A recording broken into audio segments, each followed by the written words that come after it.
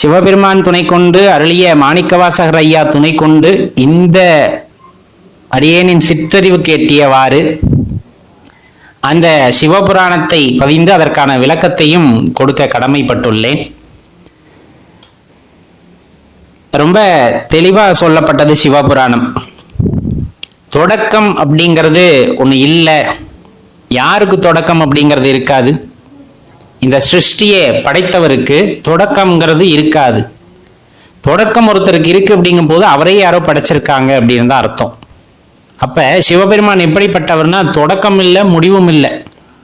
சொல்லுவாங்க இல்லைங்களா, ஆதியும் இல்லை அந்தமும் இல்லை அப்படின்னு சொல்லக்கூடிய அளவுக்கான ஒரு பேராற்றல் பராபரம் அப்படின்ட்டு நம்ம சொன்னா அது மிகையாகாது. அப்படிப்பட்டவர் தான் சிவபெருமான் அப்படின்ட்டு சொல்லக்கூடிய, போற்றி பாடக்கூடிய, அவரை வாழ்த்தக்கூடிய அந்த ஒரு பாடல் அப்படின்னு சொன்னோம்னா சிவபுராணத்தை குறிப்பிடலாம். இதை எப்படி பாட முடியும்? இன்னைக்கு நம்ம சிவபுராணத்தை படிக்கிறோம், நம்ம படிச்சிடலாம். ஆனா இத முதல்ல தன்னோட அந்த உணர்ச்சிகளின் வாயிலாக வெளிப்படுத்தி இருக்கிறார் அப்படிங்கும் போது மாணிக்கவாசக பெருமானுக்கு கிடைத்த அருள் வேறு யாருக்கு கிடைக்கும் அப்படிங்கறதான் நினைச்சு பார்க்கவே ஒரு விந்தையா இருக்கக்கூடிய ஒரு விஷயம். அப்படி ஒரு பக்தி, அப்படி ஒரு காதல், தன்னை மறந்து தானே சிவமாக இருந்து அந்த வார்த்தைகளை உதிர்க்கும் பொழுது ஐயனே வந்து எழுதுகிறார். ஐயனே வந்து தன் கைப்பட எழுதுகிறார் அப்படின்னா அது எவ்வளவு பெரிய அது கொடுப்பனை எல்லாம் சொல்ல முடியாது. அது தெய்வ சித்தம், தெய்வத்தோட சித்தம், அவ்வளவுதான். அப்படிப்பட்ட திருவாசகம் அப்படிங்கிற அந்த ஒரு அரும்பெரும் படைப்பு அப்படிங்கிறது இந்த சைவ சமயத்துல அல்லது கடவுள் பக்தி உள்ளவர்கள் கேட்கக்கூடிய பல கேள்விகளுக்கான விடையை உள்ளடக்கியது. அது நமக்கு தெரியணும் அப்படின்னா அதை படிக்கும் போது ஒவ்வொரு வார்த்தைகளாக அதன் ஆழம் புரிந்து படிக்கும் பொழுது கண்டிப்பாக நமக்கு அது தெரிய வரும். சரி, இப்ப நம்ம அதோட விளக்கத்தை பார்க்கலாம். மாணிக்கவாசக பெருமான் ஐயா வந்து எழுத ஆரம்பிக்கின்றார். நமசிவாய வாழ்க, நாதன் தாள் வாழ்க, இமைப்பொழுதும் என் நெஞ்சில் நீங்காதான் தாழ்வாழ்க, கோகலி ஆண்ட குருமனிதன் தாழ்வாழ்க, ஆகமம் ஆகி நின்று அன்னிப்பான் தாழ்வாழ்க, ஏகன் அநேகன் இறைவனடி வாழ்க. இப்ப இதுல பாத்தீங்கன்னா நமசிவாய என்று சொல்லக்கூடிய அந்த இறைவனின் திருப்பெயர் வாழ்வதாக அப்படின்னு ஆரம்பிக்கின்றாங்க. இந்த இடத்துல ஐயா பாத்தீங்க அப்படின்னா இறைவனுக்கு மட்டுமே முக்கியத்துவம் கொடுக்கின்றார். இறைவனுக்கு மட்டுமே முக்கியத்துவம் கொடுக்கிறார். தலைவன்னா யார சொல்லுவோம்? ஒரே ஒரு தலைவன் தான் இருக்க முடியும், பிரபஞ்சத்தை படைத்தவர். அவருக்கு மீறிய தலைவன் யாராவது உண்டா? இன்னைக்கு நம்ம சொல்ற தலைவன்லாம் வேற, நம்ம யார் பேரை கேட்டாலும் வாழ்க வாழ்கங்கிறதெல்லாம் வேற. உண்மையாகவே வாழ்வதாக இருக்க வேண்டும் என்றால் நமசிவாய என்னும் மந்திரம் வாழ்வதாக அப்படின்ட்டு ஆரம்பிக்கின்றார். நாதன் தாள் வாழ்க அப்படின்னு சொல்றாங்க. தலைவனாக விளங்கும் அவனது திருவடியாகிய திருவருள் வாழ்வதாக. ஐயா, உன் திருவருள் கிடைத்தால் போதும், அந்த திருவருள் வாழ்வதாக அப்படின்ட்டு எழுதுறாங்க. அடுத்து இமைப்பொழுதும் என் நெஞ்சில் நீங்காதான் தாழ்வாழ்க. எப்படி? இமைப்பொழுதும் நான் கண் இமைக்கின்றேன், அது ரொம்ப குறுகிய காலகட்டம். அந்த காலகட்டம் கூட என்னை விட்டு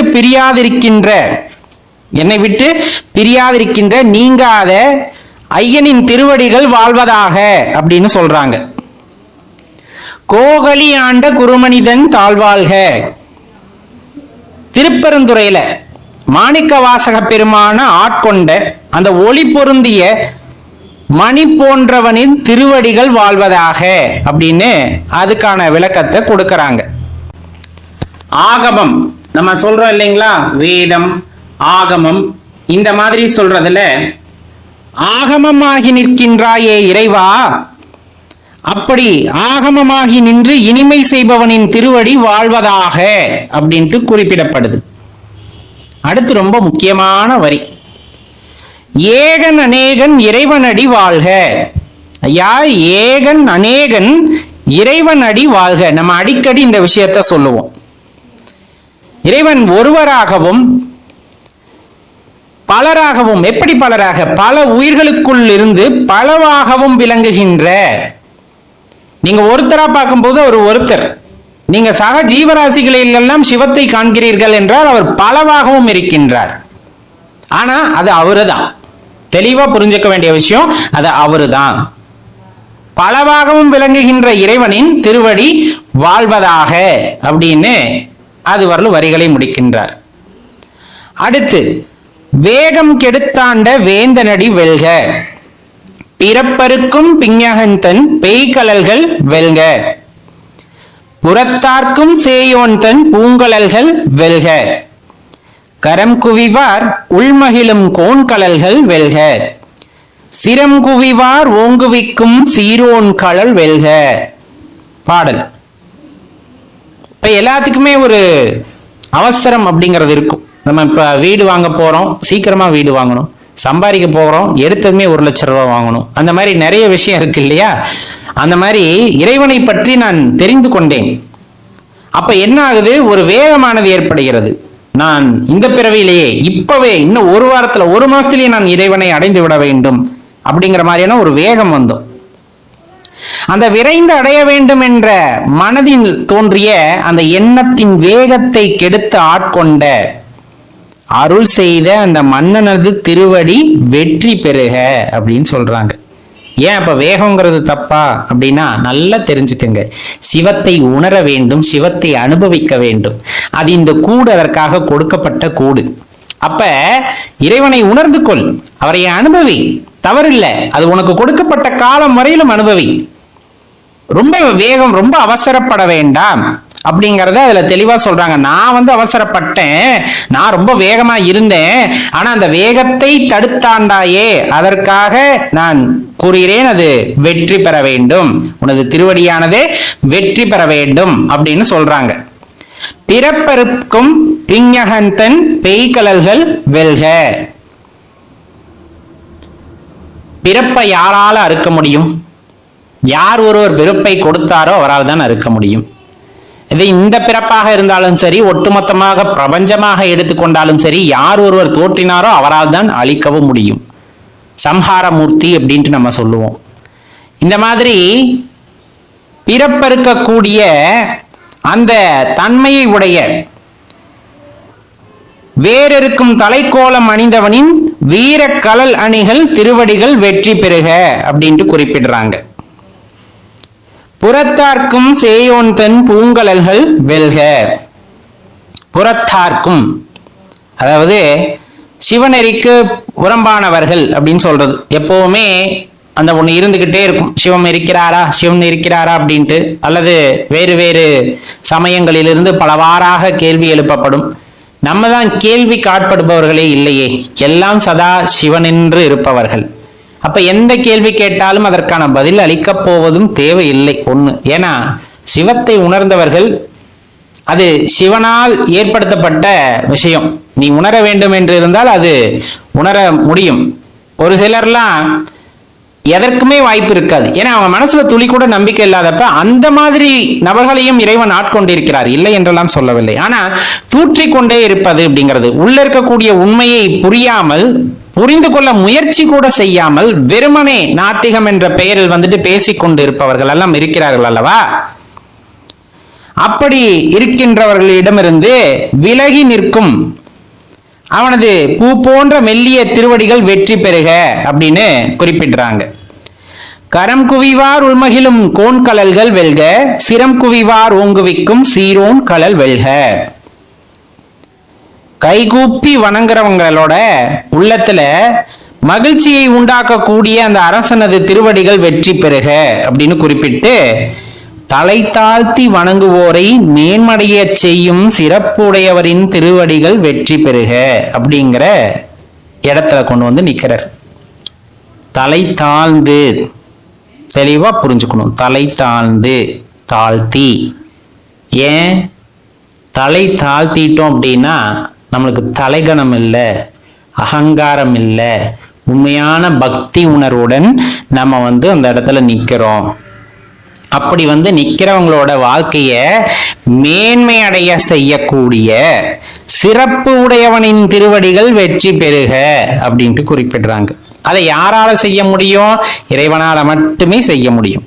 அடுத்து வரக்கூடிய எழுத்துகள் எல்லாம் பார்த்தீங்கன்னா இறைவனை போற்றக்கூடியது. ஈசனடி போற்றி, எந்தை அடி போற்றி, தேசனடி போற்றி, சிவன் சேவடி போற்றி, நேயத்தே நின்ற நிமலனடி போற்றி, மாய பிறப்பருக்கும் மன்னனடி போற்றி, சீரார் பெருந்துரை நம் தேவனடி போற்றி, ஆறாத இன்பம் அருளும் மலை போற்றி. சிவன் அப்படின்னு சொன்னா என்னன்னு சொல்லுவோம்? ஈசன் அப்படின்னு சொல்றோம். எல்லா செல்வத்தையும் உடையவர். எல்லா செல்வம்னா நீங்க திரும்ப அங்க போயிடாதீங்க, பொண்ணு பொருள் அப்படின்லாம் போக வேணாம். இந்த உலகத்தில் இருக்கிறது எல்லாமே செல்வம் தான். மழலை செல்வம், தானியங்களை செல்வம்னு சொல்லுவாங்க, ஆடு மாடு அல்லது சக உயிரினங்கள் எல்லாமே செல்வம். அப்ப அந்த ஈசன் எல்லா செல்வங்களையும் உடையவர், எல்லாத்தையும் தன்னகத்தே கொண்டவர். ஈசன்கிற பெயர் அவ்வளவு ஒரு உன்னதமானது. அந்த எல்லா செல்வமும் உடையவனின் திருவடியை போற்றுகின்றேன் அப்படிங்கிறார். அவர்கிட்ட இல்லாத எதுவும் இல்லை, எல்லா செல்வம் உடையவர். அப்படிப்பட்டவரோட திருவடியை நான் போற்றுகின்றேன். எம் தந்தையின் திருவடியை போற்றுகின்றேன். அடுத்த வரியில கொண்டார், எந்தை அடி போற்றி, எம் தந்தையின் திருவடியை போற்றுகின்றேன். அப்பான்னு தான் சொல்லுவோம் இல்லைங்களா? நம்ம பாடும்போது கூட, ஐயனை போய் பார்க்கும்போது கூட சாமி அப்படிங்கிற வார்த்தை வராது. டக்குன்னு நம்ம மனசுல பாதுமே அப்பா அப்படின்னு கூப்பிட்டுருவோம். அதை தான் ஐயனும் குறிப்பிடுறார், என் தந்தையின் திருவடியை போற்றுகின்றேன். தேசனடி போற்றி, சிவன் சேவடி போற்றி, ஒளிமயமா இருக்கக்கூடியவரோட திருவடியை போற்றுகின்றேன். மங்களம் உடையவனின் சிவந்த திருவடியை போற்றுகின்றேன். சிவன் அப்படின்னா மங்களம்னு பெயர் உண்டு, மங்களம்னு பொருள் உண்டு. அப்ப அந்த மங்களத்தை உடையவருடைய சிவந்த திருவடியை போற்றுகின்றேன் அப்படின்றாங்க. அடுத்து குறிப்பிடுறது, நேயத்தே நின்ற நிமலனடி போற்றி, அன்பே வடிவமாயிருக்கின்றவரின் திருவடியை போற்றுகின்றேன். நேயத்தே நின்ற நிமலனடி போற்றி, அவர் எப்படி? அன்பின் வடிவமானவர், அவருடைய திருவடியை போற்றுகின்றேன். மாய பிறப்பருக்கும் மன்னனடி போற்றி. அப்ப யாருனால அந்த மாயமான இந்த பிறப்ப இருக்க முடியும்? இறைவனாலதான் பிறப்ப இருக்க முடியும், எங்க அப்பானாலதான் இந்த பிறப்ப இருக்க முடியும். அப்படிப்பட்டவரோட திருவடியை நான் போற்றுகின்றேன். சீரார் பெருந்துரை நம் தேவனடி போற்றி, அழகிய அந்த திருப்பரந்துரையில எழுந்தருளிருக்கின்ற மங்களமான இன்பமான எம் இறைவனின் திருவடியை நான் போற்றுகின்றேன். ரொம்ப அழகா குறிப்பிடுறார், ஆறாத இன்பம் அருளும் மலை போற்றி. ஆறாத இன்பம். இப்ப இனிப்ப சாப்பிட்டீங்கன்னா சில நேரத்துல திகட்டி போயிடும், காரத்தை சாப்பிட்டீங்கன்னா வெறுத்து போயிடும், புளிப்பு ஒரு மாதிரி ஆயிடும். ஆனா அவரை வழிபடும் போது மட்டும் அந்த இன்பம் வருது பாத்தீங்களா? அந்த இன்பம் மேலும் மேலும் பெருகி கொண்டே இருந்தாலும் அது திகட்டாது. அது மேலும் மேலும் பெருக வேண்டும் என்ற எண்ணம் நமக்குள்ள வந்துகிட்டே இருக்கும். அப்படிப்பட்ட அந்த எண்ணத்தை கொடுத்த எம்பெருமானை நான் போற்றுகின்றேன். அவரால் மட்டும்தான் அந்த இன்பத்தை கொடுக்க முடியும், திகட்டாத இன்பம். அப்படி கொடுத்த அந்த இறைவனோட அந்த திருவடியை போற்றுகின்றேன்னு ஐயா குறிப்பிடுறாங்க. அடுத்து ரொம்ப அழகா கொண்டு போவாங்க. சிவனவனின் சிந்தையுள் நின்ற அதனால் அவன் அருளாலே அவன்தால் வணங்கி சிந்தை மகிழ சிவபுராணம் தன்னை முந்தை மேமுழுதும் மோய உரைப்பன் யான். ரொம்ப அற்புதமான வரிங்க. இந்த 4 வரி எப்பவும் உங்க மனசுல இருந்தா போதும், வேற எதுவுமே தேவையில்லை. அப்படியே ஆனந்தமா இருக்கலாம். சிவனவன் என் சிந்தையுள் நின்றதனால் அவனருளாலே அவன்தால் வணங்கி, நல்லா பாருங்க, அவனருளாலே அவன்தால் வணங்கி சிந்தை மகிழ சிவபுராணம் தன்னை முந்தை வினை முழுவதும் மோய உரைப்பன் யான். சிவன் அவன், சிவனாகிய அப்பெருமான் எங்க அப்பா. இப்போது பாத்தீங்கன்னா என்னுடைய சிந்தையில், சித்தம் சிந்தை நிறைய சொல்லுவோம் இல்லைங்களா? அந்த சிந்தையில் நிற்கின்ற காரணத்தினால் அவன் அருளாலே அவன்தாள் வணங்கி. அப்பா அவரோட அருள் வேணும், திரும்ப சொல்றேன் கேட்டுக்கோ. அவரை வணங்கணும்னா அவரோட அருள் அவரோட கருணை வேண்டும்.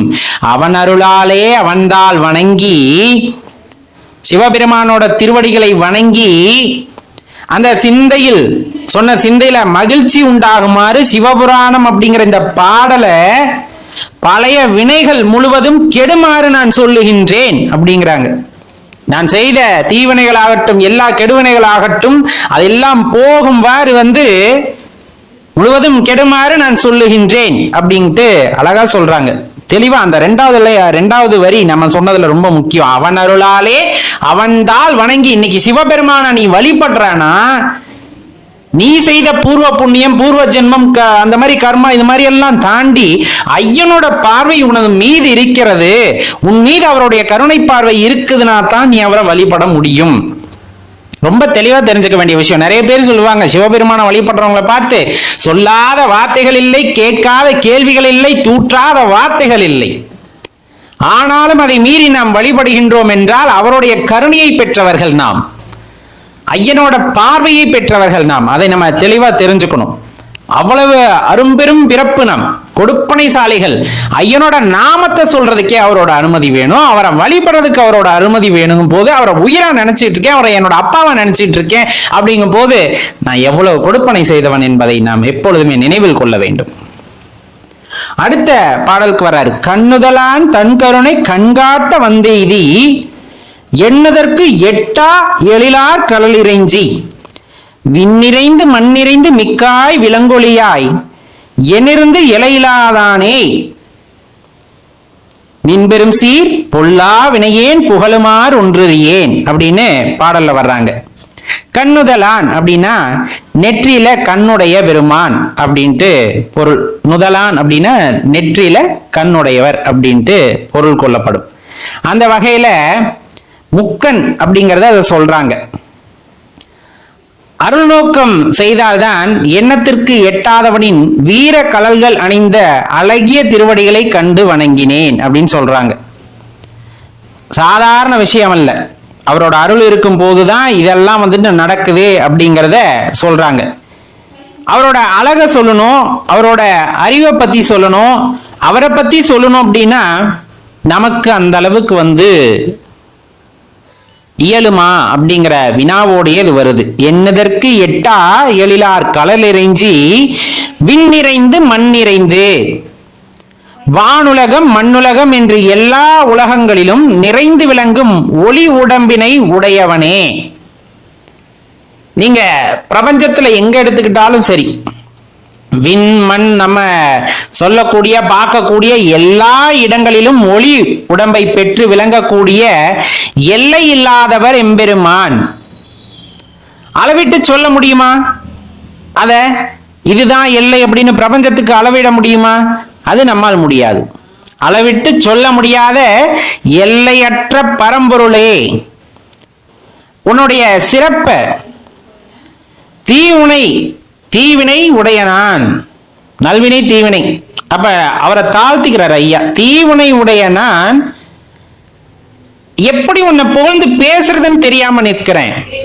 இந்த இடத்துல நான் எப்படி நிக்கிறேன், கை கட்டப்பட்டு நிற்கின்றேன் அப்படின்னு சொல்லுவோம்ல, அந்த மாதிரி என்கிட்ட இல்லாத தீவினைகளே இல்லை, நான் உன்னோட புகழை எப்படி பாடுறதுன்னு தெரியாம நிக்கிறேன் அப்படின்னு அந்த வார்த்தைகள்ல கொண்டு நிக்கிறாங்க. ரொம்ப அருமையான வார்த்தை, நம்மளுக்கும் பொருந்தக்கூடியது.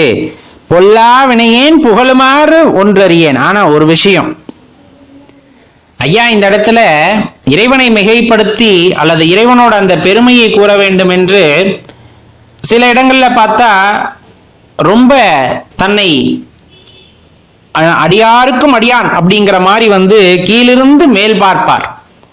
ரொம்ப உத்தமமான செயல் அது. இப்ப இந்த இடத்துல சொல்றதும் அதுதான். உன்னை புகழ்ந்து பாடணும்னா அதுக்கு நான் தகுதியானவனா?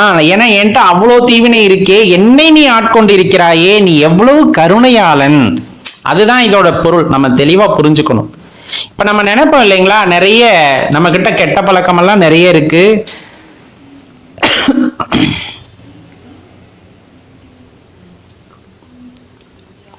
நம்ம கிட்ட சில தீய பழக்கங்கள் எல்லாம் இருக்கிறதே, நாம் இறைவனை வழிபடலாமா, இறைவன் அதை ஏற்றுக்கொள்வாரா, இந்த மாதிரி நிறைய விஷயங்கள் நம்முள் எழுகிறது அல்லவா. அதற்கெல்லாம் விடையை ஐயா அங்கேயே கொடுத்துட்டாங்க. அடுத்து சொல்றாங்க, புல்லாகி பூடாய் புழுவாய் மரமாகி பல்விருகமாகி பறவையாய் பாம்பாகி கல்லாய் மனிதராய் பேயாய் கணங்களாய் வல்லசுரராகி முனிவராய் தேவராய் செல்லா நின்ற இத்தாவர சங்கமத்துள் எல்லா பிறப்பும் பிறந்திலைத்தேன் எம்பெருமான் மெய்யே உன் பொன்னடிகள் கண்டின்று வீடுற்றேன். இருக்கிற எல்லா பிறவியை பத்தி சொல்றாங்க. புல்லா பூண்டா புழுவா மரமா பல வகை மிருகங்களா, பறவை நிறைய பறவை இனமா பிறந்தாச்சு, பாம்பா பிறந்தாச்சு, கல்லா பிறந்தாச்சு, மனுஷனா பிறந்தாச்சு, பேயா பிறந்தாச்சு, பூத கணங்களா பிறந்தாச்சு, வலிமை உடைய அசுரர்களாகவும் முனிவர்களாகவும் தேவர்களாகவும் என்று எல்லா அசையும் அசையா பொருட்களாகவும் உயிர் அனைத்திலும் பலமுறை பிறந்து கலைத்து விட்டேன். நீதான் எல்லா பிறவியும் எடுக்க வச்ச. புல்லா இருந்து அனுபவத்தை பெற்றுக்கோ, பூடா இருந்து அனுபவத்தை பெற்றுக்கோ, கல்லா இருந்து அனுபவத்தை பெற்றுக்கோ, தேவராமாறு அசுரராமாறு எல்லாவித அனுபவத்தையும் பெறு அப்படின்னு நீதான் எல்லா பிறப்பையும் பிறக்க வச்ச. பிறந்து பிறந்து அழுத்து போச்சையா, பிறந்து பிறந்து அழுத்து போச்சு. ஏன் அப்படி சொல்றேன்?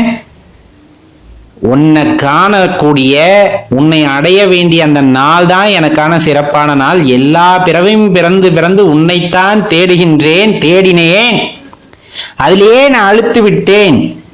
எங்கள் பெருமானே, இன்னைக்கு பொன் போன்ற உனது திருவடிகளை கண்டு அதன் பயனாய் வீடு பேர் அடைந்தேன் அப்படிங்கிறார். அன்னைக்கு இறைவனை கண்டுவிட்டார். ஏன்னா நேர்ல உட்கார்ந்து எழுதுறாரே, அந்த திருவடியை கண்டுவிட்டேன், அதனால் நான் வீடு பேர் அடைந்து விட்டேன் அப்படின்ட்டு பாடல்ல கொண்டு வர்றாங்க. அடுத்து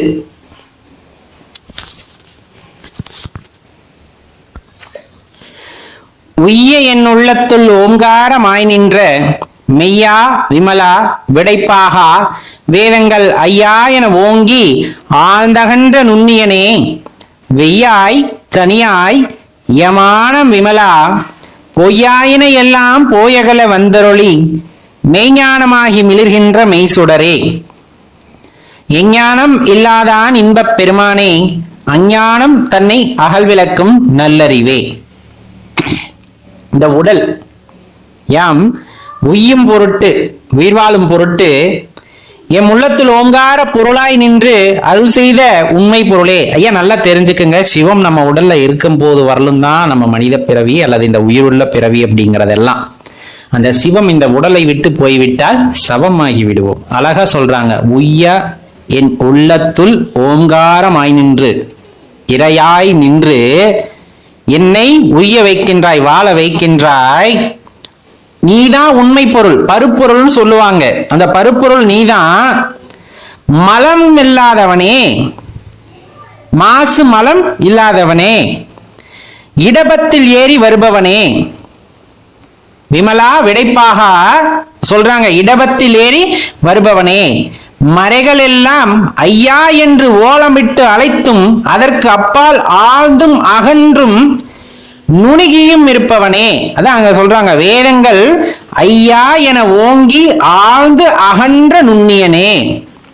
ஐயான்னு எல்லாம் ஓலமிட்டு அழைக்கிறாங்க, அதுக்கு பின்னாடி இருக்கக்கூடிய பருப்பொருள் அப்படின்னு சொல்லக்கூடியது எப்படி இருக்கிறாரு? அப்பால் ஆழ்ந்தும், ஆழ்ந்து அப்படின்னு நம்ம சொல்றோம் இல்லையா, அதுக்கு தனி ஒரு விஷயம். அதை என்ன சொல்றது, நம்மளோட வார்த்தைகளால் விளக்க முடியாது. அப்படிப்பட்டவர். அகன்றும் நுணுங்கியும் இருப்பவனே, வெய்யாய் தனியாய் இயமானம் விமலா.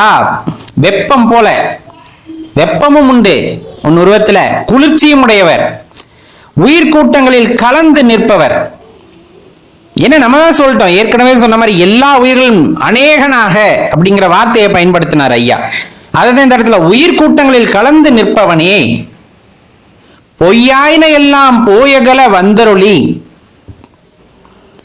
குற்றமற்றவர் பொய்மையில் இருந்து விடுவித்து உண்மை ஞானம் அருளி.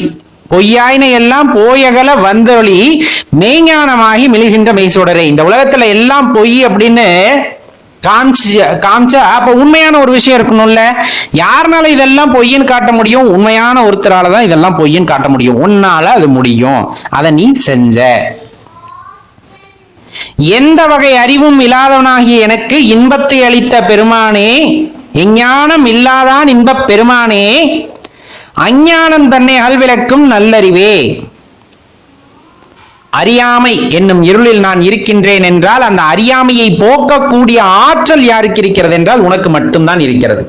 உன்னால் மட்டும்தான் எனக்குள் இருக்கின்ற அந்த அறியாமையை போக்க முடியும், மாயையிலிருந்து என்னை விடுபடுத்தி கொண்டு வர முடியும். நான் எப்படி இருந்தேன்? எந்த ஞானமும் இல்லாதவராக இருந்தேன். எந்த ஞானமும் எனக்கு இல்லை. உன்னை பத்தின தெளிவு இல்லை, உன்னை பத்தின புரிதல் இல்லை. சதா இந்த வாழ்க்கையை வீணடித்து விட்டேன். உன்னை பற்றி சிந்தனைகளே இல்லாமல் இந்த வாழ்க்கையை வீணடித்து விட்டேன். அப்படிப்பட்டவன் அஞ்ஞானம் தன்னை ஆழ்விளக்கும் நல்லறிவே. எனக்குள்ள இருந்த அறியாமையை போக்க முடியும் என்றால் அது உன்னால் தான் முடியும். நீ தான் அந்த அறியாமையை போக்கினாய். அடுத்து ஆக்கம் அளவு இறுதியில்லாய்.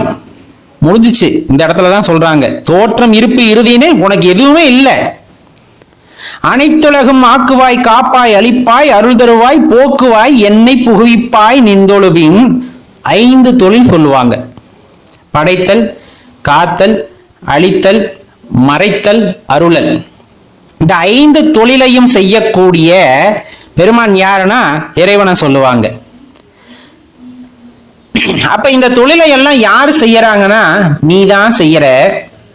உன்னுடைய திருவடி தூண்டுல என்னை செலுத்துவாயாக அப்படின்னு சொல்றாங்க.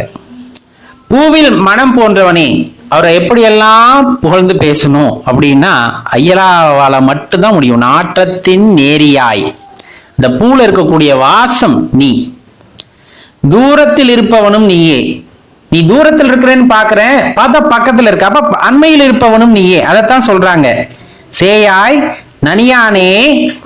அடுத்து குறிப்பிடுறது மனம் மொழிகளுக்கு எட்டாத மறைபொருளாய் இருப்பவனே.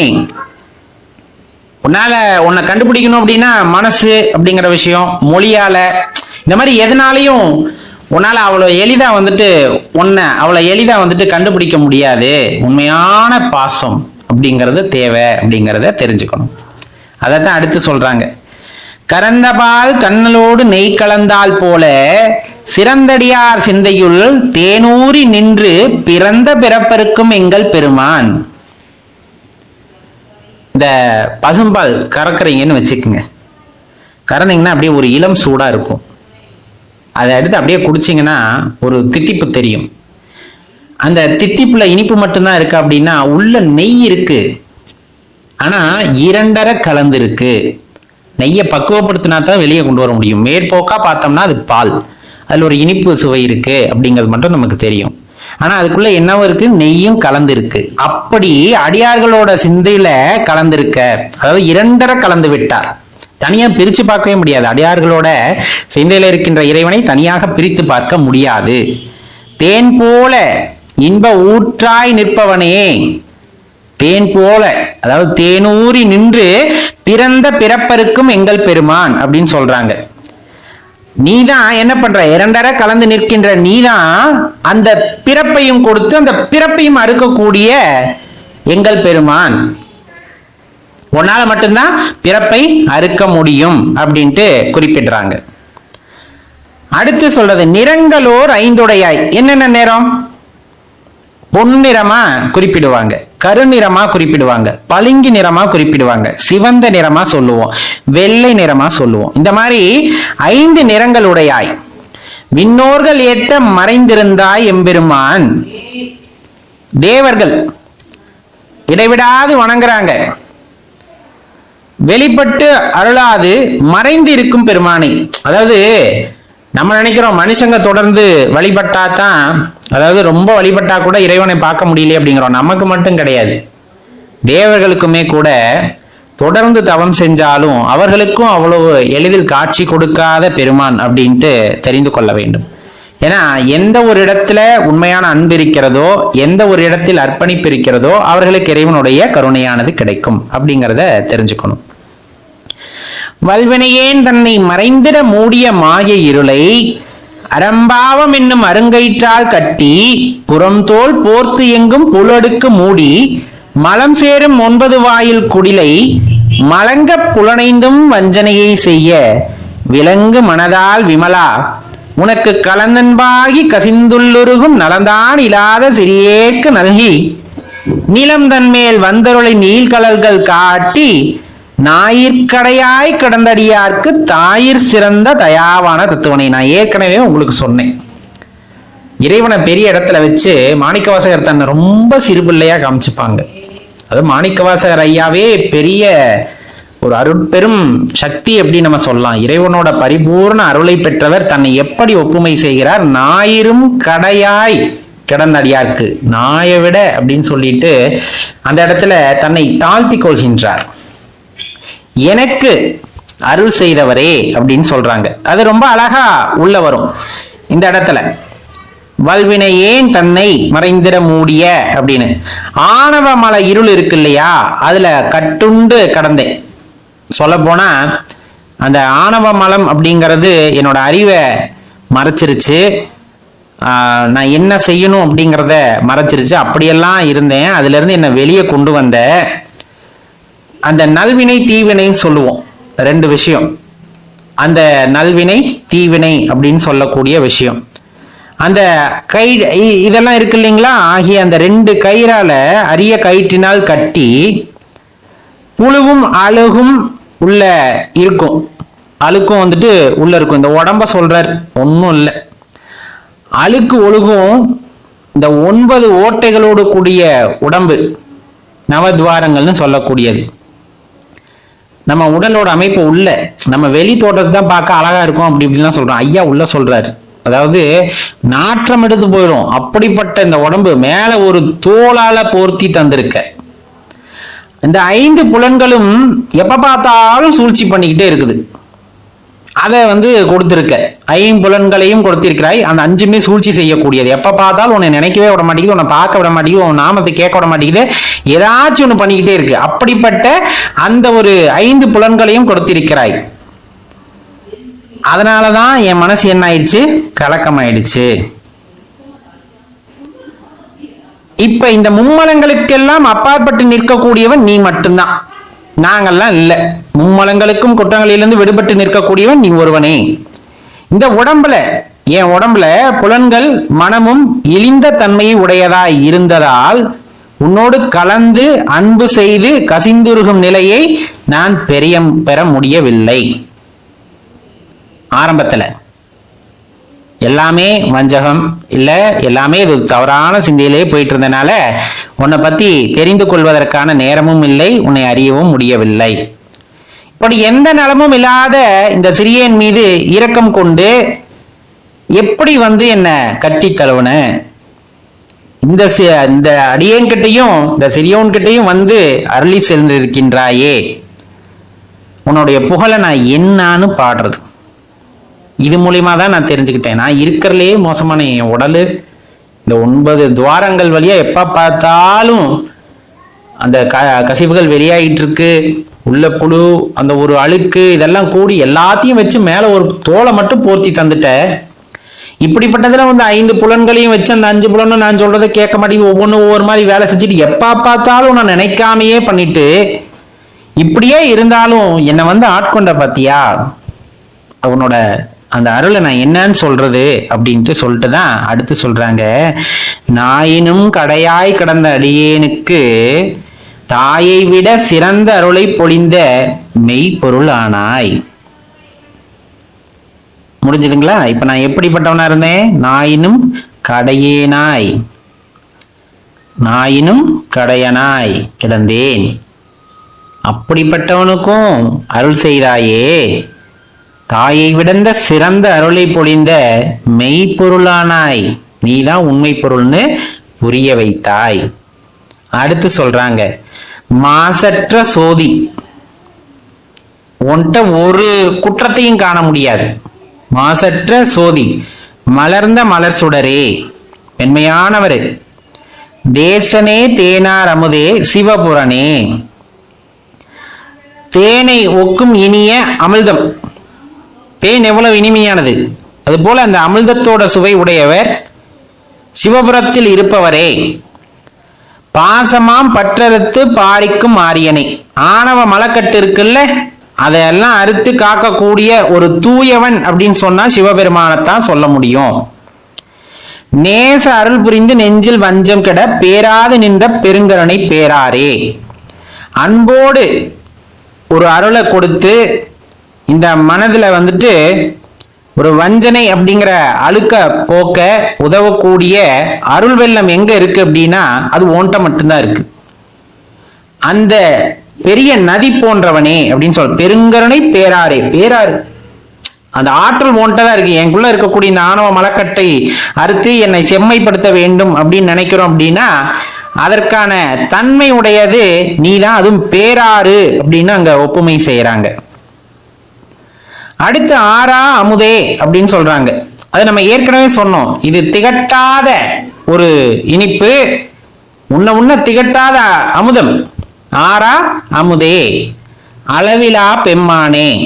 உன்னை அளவிட்டெல்லாம் சொல்ல முடியாது.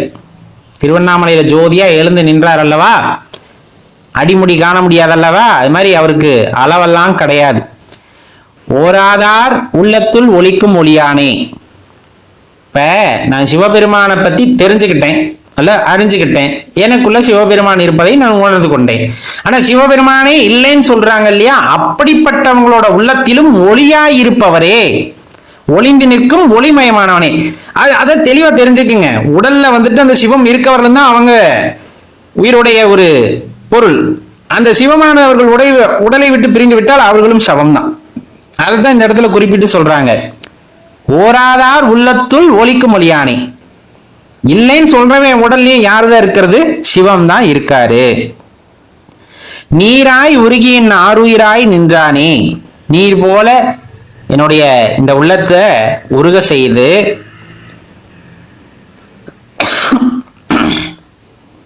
இந்த உயிரோடு ஒன்றி நிற்கிறது சிவபெருமான் அப்படின்னு சொல்றாங்க.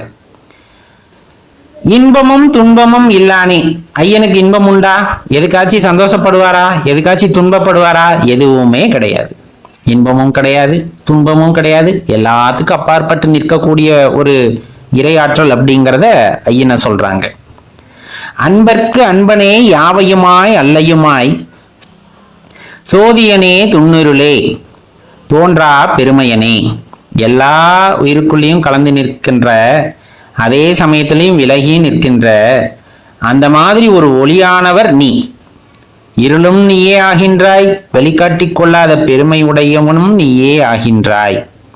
எல்லாம் ஆனவர் அப்படின்னு சொல்லுவோம். ஜோதியா, சுடரா, இருளா, ஒளியா, இந்த மாதிரி எதை வேணாலும் ஒன்ன சொல்லலாம். அவ்வளவு பெரிய பெருமை உடையவனாக நீ இருக்கின்றாய் அப்படிங்கிறத தெளிவா இந்த இடத்துல ஐயா குறிப்பிட்டு சொல்றாங்க. அடுத்து குறிப்பிடுவது ஆதியனே அந்தம் நடுவாகி அல்லானே. எந்த பொருளா இருக்கட்டும் முதலும் முடிவும் நடுவுமாய் விளங்குகின்றது நீதான். ஈத்தென்னை ஆட்கொண்டை எந்தை பெருமானே. எனக்கு உன்னை பத்தி எந்த ஒரு எண்ணமுமே இல்லை, ஆனா என்ன உன் பக்கம் இழுத்துக்கிட்ட. காரணம் என் மேல கொண்ட ஒரு அன்பு கருணை. இந்த அடியார் மேலும் நீ ஒரு கருணை வைத்திருக்கிறாய் அல்லவா, அதனால் நீ என்னை ஈர்த்து கொண்டாய்.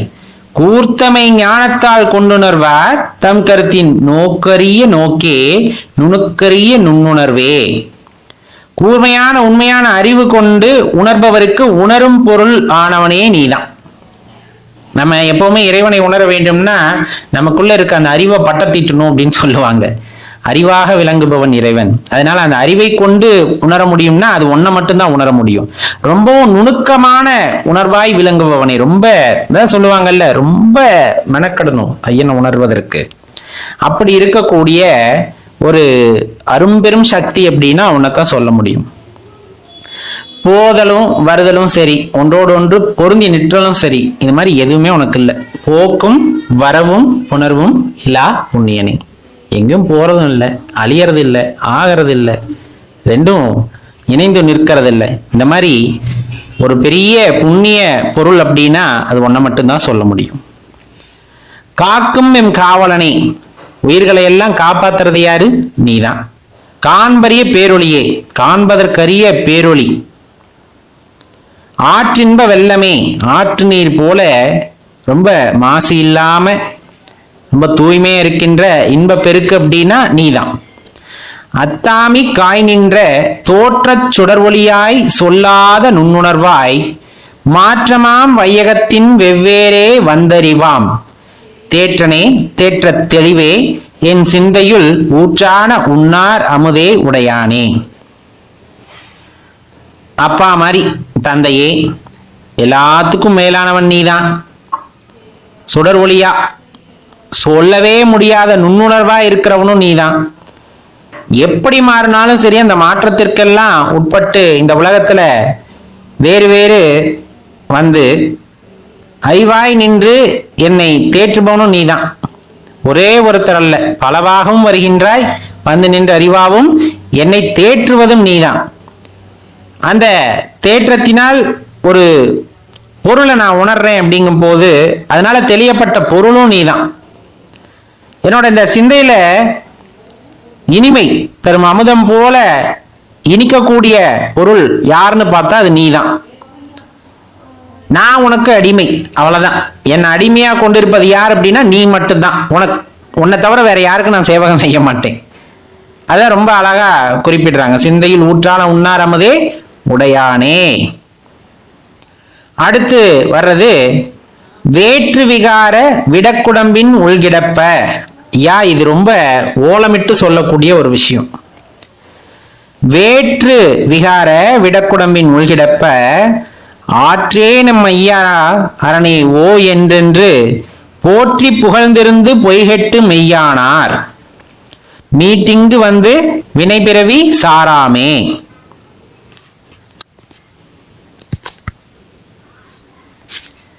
கள்ள புலக்குரம்பை கட்டளிக்க வல்லானே நள்ளிரலில் நட்டம் பயின்றாடும் நாதனே. இந்த அப்பாவை குறிப்பிடும் போது இது ஒரு வேண்டுதலா வைக்கிறார். கடைசியா எல்லா மாற்றத்துக்கும் உட்படுற இந்த ஊன், குழந்தையா பிறந்தேன், குமரனானே, கிழவனானே, இந்த மாதிரி பல விதங்கள்ல இந்த உடம்பை வச்சுட்டு ரொம்ப கஷ்டப்பட்டேன்ப்பா. நீண்ட காலம் என்னால இங்க இருக்க முடியல. பிறப்பா இருக்கக்கூடிய தன்மை யாருக்கு இருக்குன்னா உனக்கு மட்டும்தான் இருப்பு. உன்னை போற்றி புகழணும்னு நினைக்கிறேன், அப்படி புகழணும். பொய்ன்னு சொல்லக்கூடியது நீ மட்டும்தான். மெய்யை உணர்ந்தவர், உண்மையை ஒன்ன வேற எது இல்ல. உடம்புக்குள் உலகம் பொய், சீவனும் சிவனுமே மெய், எல்லாமே பொய். இந்த இடத்துல எது உண்மைனா நீ மட்டும்தான் உண்மை. அதை நான் செய்யற வினைகள் வழியா மீண்டும் இந்த உலகத்துல பிறப்பெடுப்பது இல்லை. ஏன்னா இந்த கள்ளம் செய்யும் ஐம்புலன்கள் என்ன தொந்தரவுப்படுத்துது இல்லையா, எனக்கு இந்த பிரச்சனை செய்யக்கூடிய இந்த ஐம்புலன்களோடு கூடி அவர்களது உடம்பாகிய குடிசையை நீ அழித்து விடுகிறாய். யாருது? இந்த உண்மையா சரணடைந்தவர்களோட அந்த உடம்பை நீ அழிச்சிடுற. அப்படிப்பட்ட வல்லமை யாருக்கு மட்டும் இருக்கு, அப்படிப்பட்ட திறமை யாருக்கு மட்டும் இருக்கு அப்படின்னா, அதுக்கான உரிமை யாருக்கு மட்டும் இருக்குன்னா உனக்கு தான் இருக்கு. அதை செய்யறதுக்கு நடு இரவுல கூட நடனம் ஆடுகின்றாய், சங்கார நடனம் அப்படின்னு சொல்லுவாங்க. அந்த நடனம் ஆடுகின்றாய் அப்படின்னு குறிப்பிடுறாங்க. கடைசியா சொல்லும் போது, தில்லையில் கூத்தனே தென்பாண்டி நாட்டானே அல்லல் பிறவி அறுப்பானே ஓ என்று சொல்லுதற்கு அறியானை சொல்லிய திருவடிக்கு சொல்லிய பாட்டின் பொருள்ந்து சொல்லுவர் செல்வர் சிவபுராணத்தின் உள்ளார் சிவனடியில் பல்லோரும் ஏத்த பணிந்து. தில்லையில தான் ஐயா கூத்து நடத்துறாங்க. அங்கதான் அந்த நடனத்தை நம்மளால பார்க்க முடியும். இந்த தென்பாண்டி நாட்டுக்கு உரியவன் யாருன்னு சொன்னோம்னா சிவபெருமான சொல்லுவோம். துன்பத்தை தரக்கூடிய இந்த பிறவியை அறுக்கக்கூடிய ஆற்றல் உடையவர் யாருன்னு சொன்னா அதையும் சிவபெருமானத்தான் சொல்லுவோம். இந்த மாதிரி பெருமைகள் எல்லாம் உடையவனை, சொல்லில் அடங்காதவனை, நான் இப்ப சொன்ன எந்த சொல்லி அடங்காத, நான் சொன்னதெல்லாம் ஒண்ணும் இல்லை, நான் சொன்னதெல்லாம் ஒண்ணும் இல்லை, இதற்கெல்லாம் மேலானவர் ஓலமிட்டு அழைத்து புகழ்ந்து பாடி பாடலின் பொருளை உணர்ந்து சொல்லுவார். ஐயா அப்படின்னு கூப்பிட்டு இதை உணர்ந்து பாடி இந்த பாடலை பாடுறவங்க சிவபுரத்தில் சிவனது திருவடியின் கீழ் பலரும் புகழ்ந்து வணங்குமாறு தங்கும் பேறு பெறுவர் அப்படின்னு சொல்றாங்க. இந்த பாடல் ஒரு தடவை பாடுறவங்களுக்கெல்லாம் இவ்வளவு பெருமை கிடைக்கும் அப்படின்னு ஐயா முடிக்கிறாங்க. ரொம்ப சிறப்பான பாடல். ஒரு உருகி பாடின பாடல். அதை ஐயன் கைகொண்டு எழுதிய பாடல். அடியேனுடைய விளக்கம் எதுவும் பிழை இருப்பினும் பொருள் தருள வேண்டும் பெரியோர்கள், அடியார்கள். கண்டிப்பா இதுக்குள்ள இன்னும் 1000 பொருள் புதைந்து கிடைக்கிறது. இன்னும் 1000 பொருள் வரி வரியா இதை பத்தி விளக்கலாம். வரி வரியா இதை பத்தி விளக்கலாம். கண்டிப்பா அடியார் கேட்டுக்கொண்டதற்கிணங்க இந்த பதிவை கொடுக்க முடிந்தது. இதுல ரொம்ப தெளிவா நம்ம தெரிந்து கொள்ள வேண்டும் அப்படின்னம்னா, இப்ப தர்ம ஆதீனம் இந்த மாதிரி ஆதீனங்கள் வகையில திருவாசகத்தை வெளியிட்டு இருப்பாங்க. திருவாசக தெளிவுரை வெளியிட்டு இருப்பாங்க. அவங்க கிட்ட இருந்து கிடைக்கக்கூடிய அந்த பதிப்புல இன்னும் அருமையான விளக்கங்கள் கொடுக்கப்பட்டிருக்கும். உங்களுக்கு வாய்ப்பு கிடைக்கிறது அப்படின்னா ஆதீன மடங்களுக்கு சென்றீர்கள் என்றால் அங்கு கேட்டால் இதற்கான விளக்க உரையை கொடுப்பாங்க. முற்றிலுமா திருவாசகத்துக்கான விளக்க உரை, தேவாரத்திற்கான விளக்க உரை எல்லாமே மதுரை அல்லது நீங்க தர்மயாதீனம் இந்த மாதிரி எங்க போனாலும் கேட்டா கிடைக்கும். அதை வாங்கி படித்தால் இன்னும் உங்களுக்கு பொருள் அதிகமாக புரிய வரும். இன்னொன்னு, ஐயா சொன்ன மாதிரி எந்த வார்த்தையிலும் இறைவனை அடக்கிவிட முடியாது. அதனால நம்ம ஒவ்வொரு முறை இந்த பாடலை படிக்கும் போதும் ஒவ்வொரு அர்த்தம் விளங்கும், ஒவ்வொரு அர்த்தமானது விளங்கும். நான் கொண்டிருக்கின்ற கையேடு அப்படிங்கிறது பார்த்தீங்கன்னா, புலவர் வி சிவஞானம் ஐயாவோட தெளிவுரை நான் படித்திருந்தேன். ஆரம்பத்திலிருந்து ஐயாவோட தான் படித்தேன். அதுக்கப்புறமா நம்ம நம்ம திருவாசக சித்தரையா பாடலை கேட்கும் போதெல்லாம் எனக்கு புதுசா அதுக்கான அர்த்தங்கள் புரிய வரும். அவர் பாடும் போதே ஏற்ற இரக்கத்தோடு பாடுவார். அந்த இடத்துல இதுதான் பொருள் வரும் அப்படிங்கிறத புரிந்து கொள்ள முடியும். அடியேனுடைய விண்ணப்பமும் அதுதான். இன்றும் நீங்கள் திருவாசகத்தை கேட்க வேண்டும் அப்படின்னு நினைச்சீங்கன்னா போய் திருவாசக சித்தரையாவோட பாடலை கேளுங்க. இல்ல இந்த மாதிரி நீங்க விளக்க உரையோட படிக்கணும்னு நினைச்சீங்க அப்படின்னா கண்டிப்பா போய் இப்ப மதுரை ஆதீனம் இல்ல தர்ம ஆதீனம் இந்த மாதிரி இடங்கள்ல நம்ம இதற்கான விளக்க உரையோட கேட்டோம்னா அவங்க தருவாங்க. வாங்கி படிங்க. இன்னும் அற்புதமான பொருளோடு இந்த பாடல்கள் விளங்கும்.